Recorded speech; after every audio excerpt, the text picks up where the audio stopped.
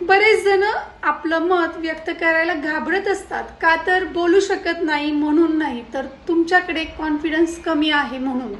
तर तुम्ही पण या चॅलेंजमधून जात असताल तर हा व्हिडिओ तुमच्यासाठी खास आहे. तर मी तुम्हाला आज काय सांगते, कॉन्फिडन्स कमी असेल तर तुम्हाला नक्कीच तुमचं मत व्यवस्थित मांडता येत नाही. तुम्हाला नवीन लोकांशी बोलताना आत्मविश्वास कमी वाटतो. चूक होईल की काय या भीतीमुळे आपण बऱ्याचशा संधीच गमावतो.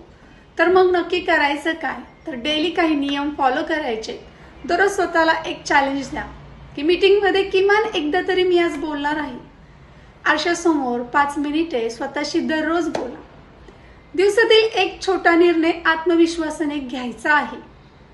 पहिले काही दिवस नक्कीच जड जातील, पण 30 दिवसांनी तुम्हाला जाणवेल की आत्मविश्वास हा जन्मजात नसतो, तो दररोजच्या छोट्या ॲक्शन्स मधून तयार होतो.